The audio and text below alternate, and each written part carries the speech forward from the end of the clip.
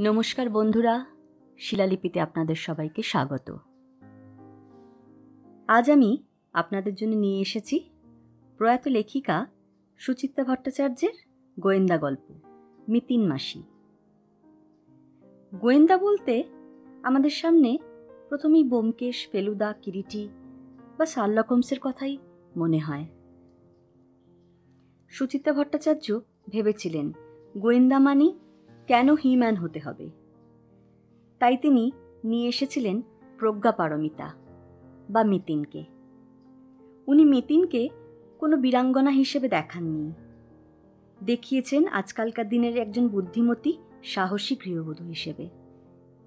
মিতিন মাসির গল্প শুধু চোর ডাকাত বা রহস্য গল্পই নয়, সেই গল্পের মধ্যে দিয়ে আমাদের সামনে এসছে দেশ বিদেশের বিভিন্ন জায়গার প্রাকৃতিক সৌন্দর্য, লোকজন, সেখানকার সংস্কৃতি, ধর্ম, বিভিন্ন জিনিস।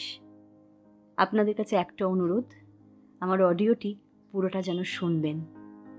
তাহলে শুরু করি সুচিত্রা ভট্টাচার্যের কেরালায় কিস্তিমাত। ত্রিবান্দ্রম এক্সপ্রেস এর্নাকুলাম টাউন পেরোনোর সঙ্গে সঙ্গে শুরু হয়ে গেল নামার তোড়জোড়। পার্থ আর মিতিন সিটের তলা থেকে টেনে টেনে জিনিস বের করছে। টুপুরও হাত লাগালো মাসি মেশোর সঙ্গে, গুনছে লাগেজ, মনে মনে হিসেব রাখছে সুটকেস আর কিডস ব্যাগের। বুমবুমও বেজায় ব্যস্ত, তড়িঘড়ি চিপস শেষ করছে, যেন স্টেশন এসে গেলে কেউ তার হাত থেকে ছিনিয়ে নেবে প্যাকেট। টুপুর একবার হাত বাড়াতেই ঝট করে সরে গেল বুমবুম। চিপসের মতো মহামূল্যবান খাবার ভাগাভাগিতে সে মোটেই রাজি নয়। টুপুরের মা বাথরুমে গিয়েছিলেন, ফিরেই বোতল থেকে ঢকঢক করে খানিক জল খেলেন। কিরে মিতিন, তোর জামাইবাবু যে দেখি এখনো বসে বসে ঢুলছে, এবার তাকে একটু নড়াচড়া করতে বল। একটু আগে বাবাকে খুঁচিয়ে খুঁচিয়ে জাগিয়েছে টুপুর। দুপুরে খাওয়া দাওয়ার পর জব্বর এক ঘুম লাগিয়েছিলেন অবনী। ওপরের বার্থ থেকে অবরোহণ করলেন এই মাত্র, এখনো তার ঘোর কাটেনি। হাই তুলতে তুলতে বললেন, আবার আমায় নিয়ে পড়লে কেন? না বলে পারছি না তাই। ট্রেনে ওঠার পর থেকে তো কুটোটি নাড়নি। রাত্রিরে তোমার চাদর কম্বল পর্যন্ত পেতে দিতে হয়েছে, এবার অন্তত কিছু করো। আহা, ওরা করছে তো, কেন মিছিমিছি ওদের ডিস্টার্ব করব? জানো না, অধিক সন্ন্যাসীতে গাজন নষ্ট। হাহ, আলসে লোকের কত যে বাহানা। সহেলি ঠোঁট বেঁকালেন, কুঁড়ের ডিম কোথাকার। উৎসাহ দেখিয়ে কাজ পণ্ড করাচ্ছে, কুঁড়ে হওয়া ঢের ভালো। লাগসই জবাব দিতে যাচ্ছিলেন সহেলি, মিতিন তাড়াতাড়ি থামালো। সিটে বসে হাত ঝাড়তে ঝাড়তে বলল, অবনীদা, আপনার সেই কেরালাইট ছাত্র আসবে তো স্টেশনে? অবশ্যই। অবনী মাথা দোলালেন। আমি বলেছি আর সুনীল আসবে না? এ কি হতে পারে? আমাকে সে অসম্ভব অ্যাডমায়ার করে। দেখব ভক্তি শ্রদ্ধার নমুনা। সহেলি ফের ফোঁস করে উঠলেন। আমি কিন্তু তার সঙ্গে সারাক্ষণ হিন্দি ইংরেজি চালাতে পারবো না, আগে থাকতেই বলে দিচ্ছি। আহা, কতবার তোমায় বলবো, নামে কেরালাইট হলেও সুনীল নালিয়াত প্রায় বাঙালি। ওর স্কুল, কলেজ, ইউনিভার্সিটি সবই তো কলকাতায়। কেরালে চলে এসেছে তো মাত্র বছর 5। ওর বাংলা শুনলে তোমার তাক লেগে যাবে। বলতে বলতে মিতিনের দিকে ফিরলেন অবনী। জানো তো, কলেজে সুনীল একবার বাংলা নাটকে অভিনয় করেছিল। এলেবেলে রোল নয়, দাড়ি গোঁফ লাগিয়ে এক্কেবারে নরক গুলজারের ব্রহ্মা। টুপুর হেসে ফেলল। কদিন ধরে অবিরাম সুনীল প্রশস্তি শুনছে বাবার মুখে। সুনীল কত গুণীল, সুনীল কত নম্র, কত ভদ্র, সুনীলের মতো মেধাবী ছাত্র নাকি কালে ভদ্রে পাওয়া যায়। ইতিহাসের ছাত্র ছিল সে, দারুণ চস্ত ইংরেজি লিখত। তার লেখা একটা ইংরেজি প্রবন্ধ পড়ে নাকি ডেকে চাকরি দিয়েছিল নামী সংবাদপত্র মর্নিং হেরাল্ড। কলকাতা ছেড়ে চলে এলেও এখনো সে কলকাতাকে ভোলেনি। নিয়মিত যোগাযোগ রাখে পুরনো বন্ধুদের সঙ্গে, অধ্যাপকদের সঙ্গে। বিজয়া নববর্ষে কার্ড তো পাঠাই। ফোন করেও মাঝে মধ্যে। তা সেই সুনীল নালিয়াতের টুপিতে আর একটা পালক যোগ হলো, বাংলা নাটকে অভিনয়। এহেন সুনীলকে তো তাহলে একবার দেখতেই হয়। বেশিক্ষণ অপেক্ষা করতে হলো না, মিনিট 10 মধ্যেই এসে পড়ল এর্নাকুলাম জাংশন। প্ল্যাটফর্মে নেমে টুপুররা জিনিসপত্র জড়ো করছে। হাঁপাতে হাঁপাতে হাজির এক বছর 30 যুবক। অবনীকে প্রণাম করে দুদিকে দুহাত মেলে দিল। ওয়েলকাম স্যার, ভগবানের নিজের দেশ কেরালে আপনাদের সুস্বাগতম। অবনী প্রায় বিগলিত। খুশি খুশি মুখে আলাপ করিয়ে দিলেন সকলের সঙ্গে। সহেলিকে প্রণাম করল সুনীল। পার্থর সঙ্গে করমর্দন, মিতিনকে হাত জোর করে নমস্কার, টুপুরকে হাই, বুমবুমকে গাল টিপে হ্যালো। 7 বছর বয়স হয়েছে বুমবুমের। গাল টিপলে সে ভীষণ রেগে যায়। গোমরা হয়ে অন্যদিকে মুখ ঘুরিয়ে নিল। মিতিনের পরিচয় পেয়ে সুনীল বেজায় উচ্ছ্বসিত। কোনো মহিলা গোয়েন্দা সে নাকি এই প্রথম দেখছে। কম করে 10 বার বলল, আমার কি সৌভাগ্য, আমার কি সৌভাগ্য। সুনীলকেও প্রথম দর্শনে মোটামুটি পছন্দ হয়ে গেল টুপুরের। তবে খানিকটা নিরাশও হয়েছে। নাটকের ব্রহ্মার চেহারা আর একটু জবরদস্ত হবে বলে কল্পনা করেছিল। সুনীল রীতিমতো ছোটখাটো, রোগাসোগা, গায়ের রং শ্যামলাই বলা যায়। গলার স্বরও মোটেই গমগমে নয়, বরং মিহি মিহি। তবে হ্যাঁ, সুনীলের মুখ চোখ ভারী ঝকঝকে, বিশেষ করে চোখ। চশমার আড়ালে কালো মণি দুটো জলজল করছে। কথাবার্তার ধরনও খুব আন্তরিক, যেন তারা সবাই সুনীলের অনেক দিনের চেনা। সদল বলে স্টেশনের বাইরে এলো টুপুররা। 7টা বাজে।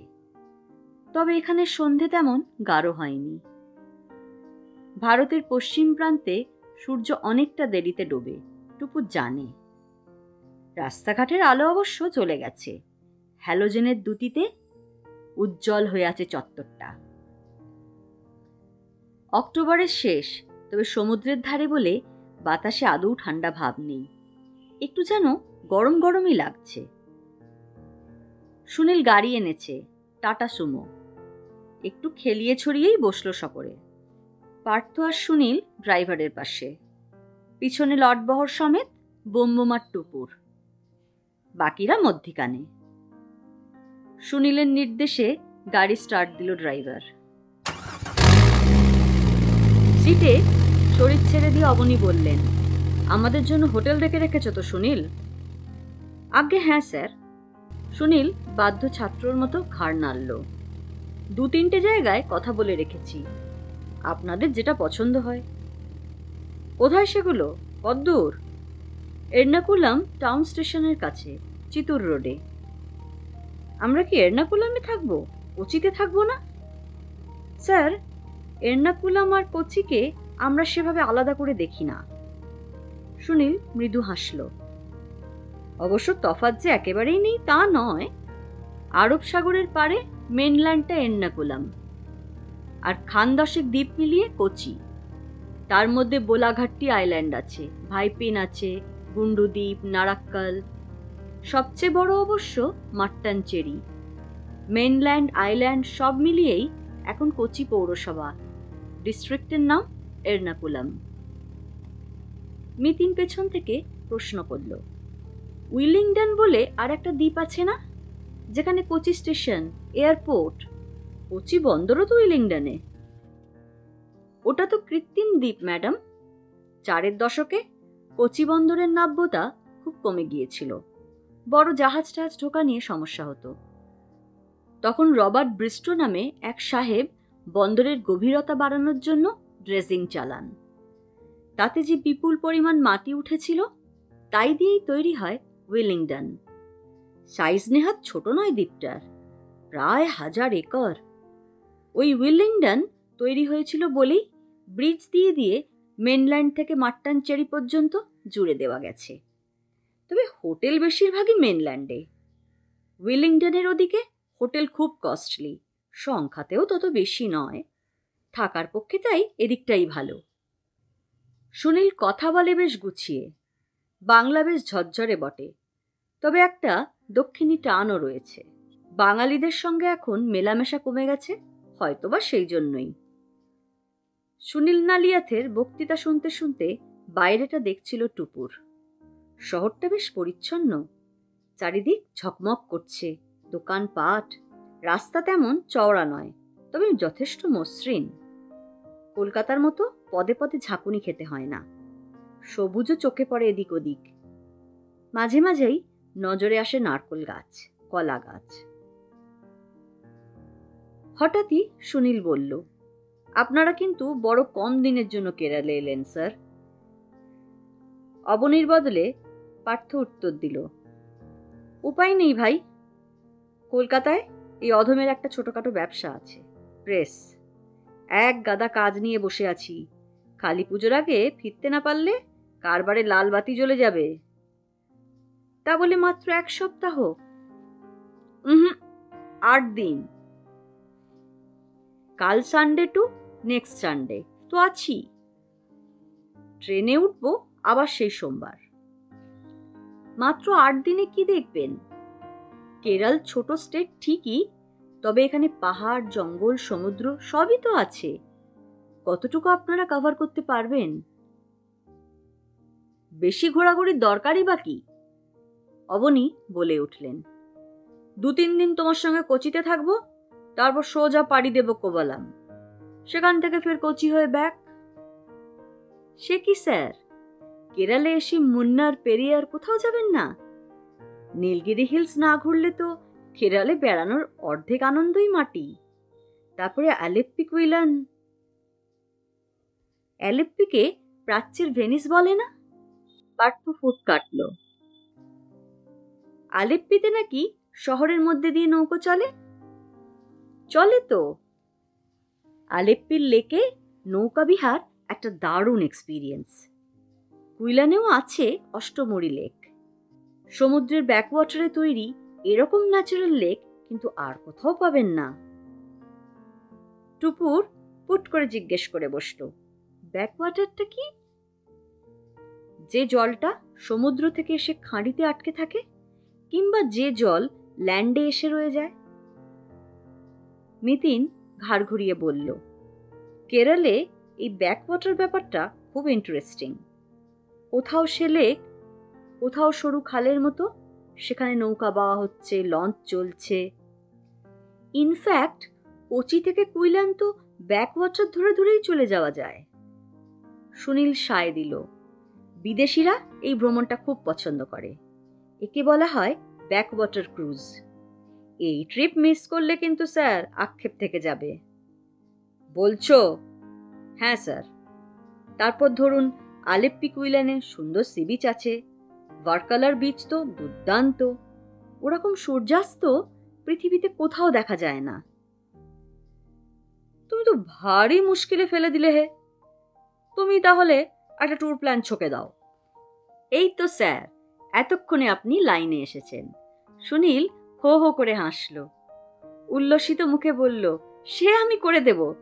আপনারা গাড়ি নিয়ে ঘুরবেন তো? হ্যাঁ, গাড়ি তো লাগবেই। কাহা তো কার বাসে বাসে ঢেঁঙস ঢেঁঙস করা যায়? আমার তো অন্তত পোষাবে না এই বয়সে। কথার মাঝেই টাটা সুমো থেমেছে এক হোটেলের দরজায়। 4 তলা বাড়ি, মাথার উপর লাল সবুজ আলোয় ঝিকমিক করছে নাম, রেবতি ইন্টারন্যাশনাল। লাউঞ্জে পা রেখেই হোটেলটা মনে ধরে গেল সকলের। শ্বেতপাথরের মেঝে, দেওয়ালগুলো আয়নায় মোড়া, মাথার ওপর ঝুলছে পেল্লাই সাইজের ঝাড়বাতি, দামি দামি বেতের সোফা চমৎকার করে সাজানো, নানান রকম পাতাবাহারের টব শোভা পাচ্ছে চতুর্দিকে। রুম চার্জও খুব একটা বেশি নয়, মোটামুটি সাধ্যের মধ্যেই। পার্থ তবু দরাদরি না করে থাকতে পারে না। কেতাদুরস্ত রিসেপশন কাউন্টারে স্যুট টাই পরা কর্মচারীটির সঙ্গে মিনিট 8-10 লড়ে আরও খানিকটা কমিয়ে ফেলল ভাড়া। নেওয়া হলো 2 ঘর। একটাতে থাকবে সহেলি, মিতিন আর টুপুর, অন্যটায় বুমবুমকে নিয়ে পার্থ, অবনী। রুমে ঢুকেই বুমবুমের দম শেষ। গাড়িতেই ঢুলছিল। তাকে টিভি চালিয়ে বসিয়ে দেওয়া হলো কার্টুন চ্যানেলের সামনে। তবু সে ঘুমিয়ে পড়ছে। পার্থ পরিমরি করে দৌড়লো তার খাওয়ার বন্দোবস্ত করতে। সহেলিও কাহিল, শুয়ে পড়লেন নরম গদিওয়ালা বিছানায়। সুনীলকে নিয়ে অবনীদের ঘরে এসে বসল মিতিন, পায়ে পায়ে টুপুরও। পেয়ারাকে কফি দিতে বলা হয়েছিল। হুকুম করতে না করতে কফি পট হাজির। টুপুর সবাইকে কফি ঢেলে দিল, মাপ করে দুধ মেশালো কাপে, চিনিও। তার এখন ক্লাস 9, এইসব টুকিটাকি কাজ সে ভালোই পারে। নিজেও এক কাপ কফি নিয়ে বসেছে বিছানায় আধশোয়া অবনীর পাশটিতে। মিতিন আর সুনীল সোফায় কথা বলছে টুকটাক। কাপে চুমুক দিয়ে সুনীল বলল, তাহলে একটা কাজ করা যাক ম্যাডাম, কাল পরশু 2 দিন আপনারা কোচিতে থাকুন। আমি কালকের দিনটা ছুটি নিয়েই রেখেছি, পরশুটা ম্যানেজ করে নেব। যতটা পারি ঘুরিয়ে ঘুরিয়ে দেখিয়ে দেব আপনাদের। তারপর 3rd ডে ভোরে রওনা হয়ে যান মুন্নার। সেখানে 1 রাত থাকুন। পেরিয়ারে 2 রাত, আলেপ্পিতে 1, কোভালামে 1। তারপর ফিরে কোচি থেকে ট্রেন ধরবেন। মিতিন বলল, কিন্তু আমার দিদি যে কন্যাকুমারিকাতেও 1 রাত থাকতে চায়। কোভালাম থেকে কন্যাকুমারিকা তো কাছেই, তাই না? ঘন্টা 2 মতো লাগে। তাহলে কোচিতে 2 দিন না থেকে কন্যাকুমারিকাতেও যদি 1 রাত থাকতে পারি, কাল সারাদিন কোচি ঘোরা হয়ে যাবে না? পারবেন কি? বড্ড ধকল পড়বে। কেন? ধরুন একবেলা কোচির দ্বীপগুলো দেখতে গেলেন, সকাল 9টার বোট ধরলেও ফিরতে ফিরতে 1টা-1:30টা। তক্ষুনি কি আর মিউজিয়াম ছুটতে পারবেন? ভাবছিলাম বিকেলে আবার বোটে করে আপনাদের সূর্যাস্ত দেখাতে নিয়ে যাব। সূর্য আরব সাগরে ডুবে যাচ্ছে, দৃশ্যটা কি অপূর্ব ভাবুন। তারপর সন্ধ্যাবেলা কথাকলি নাচের প্রোগ্রাম দেখতে তো একবার যাওয়াই উচিত।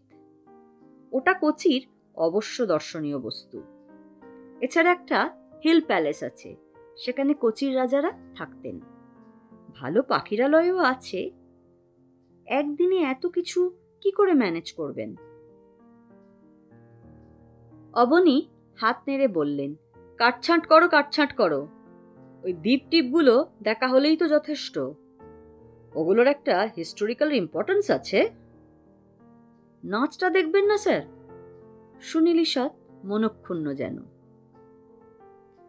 শরীরে আর দিচ্ছে না, বুঝলে? টানা 44 ঘন্টা ট্রেন জার্নি, এ কি মুখের কথা? কালকের দিনটা একটু হালকা হালকা বেড়ানোই ভালো। এর সঙ্গে মিতিন যা বলছে, তাতে তো আবার পরশু ভোরেই যাত্রা। বডিটাকে তার আগে একটু রেস্ট দিতে হবে না? যা বলবেন স্যার। সুনীল মাথা নাড়ল। তাহলে কাল সকাল 8টার মধ্যে রেডি থাকুন। 9টার বোটে আমরা সাইট সিংয়ে বেরিয়ে পড়ব। 8টা? অবনীর মুখ কাঁদো কাঁদো। তোমাদের এখানে তো 7টার সময় ভোর হয় সুনীল। একটু দেরিতে হয়, তবে 7টায় নয় স্যার, 6টা, 6:30। আর 9টার বোটে না গেলে সেই আবার 2টোয়। ফিরে তো সানসেট ট্রিপেও যেতে পারবেন না। সুনীল, লক্ষ্মী ছেলে, তোমায় একটা অনুরোধ করব। কি? ওই 2টোর বোটটাই থাক। সমুদ্রে সূর্যাস্ত দেখে কি এমন হাত পা গজাবে, ও আমি পুরীতে দেখেছি। টুপুর আর থাকতে পারল না, বলে উঠল, পুরীতে সানসেট নয় বাবা, সানরাইজ দেখেছ। ওই হলো, 2টোরই তো রং এক। দেখো সিস্টার, আমার কিন্তু কোনো দোষ নেই। সুনীল হাত উল্টে দিল। তোমার বাবার জন্যই কিন্তু তোমার সূর্যাস্ত দেখা হবে না। তুমি আর ওকে উস্কিও না তো। যদি সময় থাকে, ফেরার পথে যখন কোচি আসবো তখন দেখে নেব। পার্থ ঘরে এসেছে, কাঁধে ঘুমন্ত বুমবুম। তাকে খাটে শুইয়ে কালকের প্রোগ্রামটা শুনল পার্থ। সেও অবনীর সঙ্গে একমত। বেড়াতে এসে নাকি বেশি হুটোপাটি করতে নেই, একটু জিরিয়ে ঘোরাই ভালো। তা সে 8 দিনের ট্যুরই হোক কি 80 দিনের। অগত্যা হাল ছেড়েছে সুনীল। উঠে পড়ে বলল, বেশ, তাই হোক, আমি দুপুরেই আসব, কিন্তু আমার একটা অনুরোধ আপনাদের রাখতেই হবে। সন্ধ্যাবেলার কথাকলি নাচ? সে গেলেন তো ভালো, না গেলেন তো না গেলেন। তবে রাতে কিন্তু আমাদের বাড়িতে সবাইকে ডিনার করতেই হবে, আমার মা পই পই করে বলে দিয়েছেন। এটা কি একটু বেশি অত্যাচার হয়ে যাবে না? অবনী অপ্রস্তুত মুখে বললেন, 6টা লোক মিলে তোমাদের বাড়ি গিয়ে উপদ্রব করব। কি বলছেন অবনীদা? ভুরি ভোজের আমন্ত্রণ পেয়ে পার্থ যথারীতি আহ্লাদিত। চকচকে চোখে বলল, সুনীলের মা আদর করে খাওয়াতে চাইছেন, যাওয়া তো আমাদের কর্তব্য। আমরা অবশ্যই যাব Sunil. Thank you, thank you. ধন্যবাদ তো আমাদেরই দেওয়া উচিত, এত দূরে এসে একটা নেমন্তন্ন জুটে গেল। পার্থ গুছিয়ে বসল। তবে ভাই, আমার 2টো জিজ্ঞাস্য আছে। কি দাদা? 1, তোমরা কি নারকোল তেলে রান্না করো? না দাদা, আমরা বাদাম তেল খাই। সত্যি বলতে কি, আমাদের এখানে এখন বাদাম তেলেরই চল বেশি, বিশেষ করে শহরে। গুড। 2 নম্বর প্রশ্ন, তোমরা কি ভেজিটেরিয়ান? পাক্কা ননভেজ। সুনীল হেসে ফেলল। আমরা আপনাদের মতোই মৎস্যভোগ দাদা, শুধু সমুদ্রের মাছ একটু বেশি খাই, এই যা। তবে কাল আপনাদের জন্য মিঠে জলের মাছই থাকবে। আমার সব চলে, আর চিংড়ি হলে মিঠে জলেরই বাকি আর নোনা জলেরই বাকি। সুনীলের হাসি আরো চওড়া হলো। আপনাদের জন্য চিংড়িই থাকবে দাদা। অতি উত্তম। যাও, আজকে গিয়ে তোমার মাকে আমার প্রণাম জানিয়ে দাও। আমার মা বাঙালি খানাটাও খুব ভালো বানান। কম দিন তো কলকাতায় ছিলাম না আমরা, প্রায় 16 বছর। বাবা রিটায়ার করে চলে এসেছেন, কিন্তু এখনো পোস্ত খাওয়াটা বলেননি। মাঝে মাঝেই মা ঝালঝাল আলু পোস্ত রান্না করেন। বাহ বাহ, কাল তাহলে একটু আলু পোস্তও রেখো। বেশ, তাও থাকবে। সুনীল হাসতে হাসতে ঘড়ি দেখল। আজ তাহলে আসি, আপনারা টায়ার্ড আছেন, বিশ্রাম করুন। কাল ঠিক দুপুর 1টায় আমি হাজিরা দেব। সুনীল চলে যেতেই টুপুর চোখ পাকিয়েছি। তুমি কি হেংলু গো পার্থ মেশো? এভাবে কেউ খাওয়ার কথা বলে? অন্যায়টা কি আছে? গিয়ে খাবার দেখে নাক সিটকবি, ফিরে এসে নিন্দে করবি। তার চেয়ে আগেই খোলাখুলি কথা হয়ে যাওয়া ভালো নয়? ও বেচারারও আর মেনু নিয়ে কোনো টেনশন থাকলো না। মিতিনের মুখে চাপা হাসি। বলল, একদিক দিয়ে তোর মেশো অবশ্য ঠিকই করেছে। পেটে খিদে মুখে লাজ করে তো আমরা অনেক সময় ঠকি। তোর মেশোর মুখে যখন দক্ষিণী খানা রোচেই না। আমার কিন্তু ভালোই লাগে। সে তো আমারও। একদিন কেরালিয়ান ডিশ খেলে একটু অন্যরকম স্বাদও পেতাম।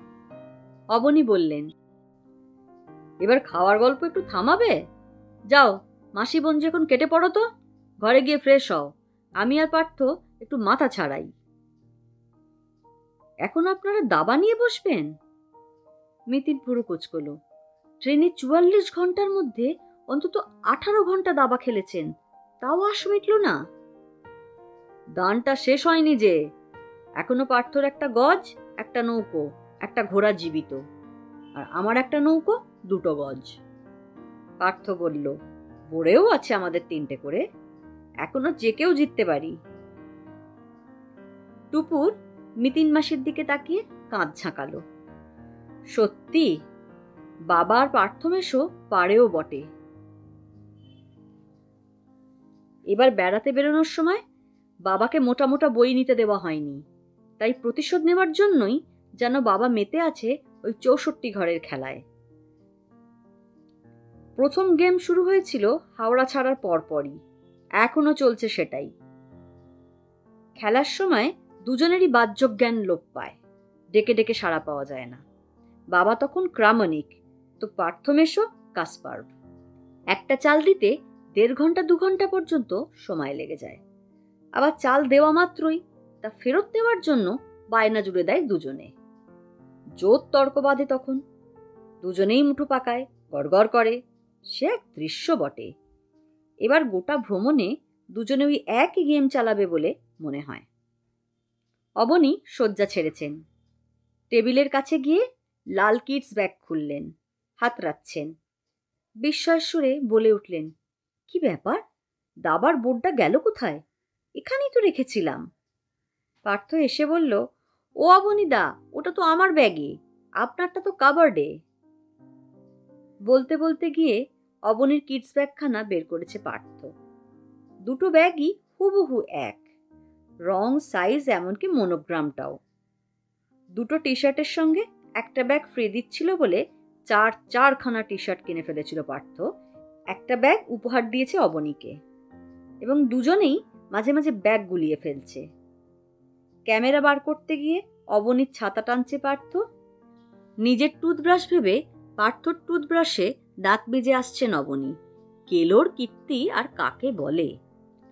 ফোল্ডিং বোর্ড বের করে দুই ভাইরা ভাই নেমে পড়েছেন রণক্ষেত্রে। মিতিন চলে গেল পাশের ঘরে, টুপুরও উঠল। যেতে গিয়ে আর একবার চোখ পড়ল ব্যাগ দুটোয়। ফিক করে হেসে ফেলল টুপুর। যমজ ব্যাগ নিয়ে একটা রহস্য কাহিনী ফাঁদলে কেমন হয়? দারুণ জমে যাবে কিন্তু গল্পটা। আজকে এই পর্যন্তই। যদি আমার পাঠ আপনাদের ভালো লেগে থাকে তাহলে সাবস্ক্রাইব করবেন, লাইক করবেন, শেয়ার করবেন। নমস্কার।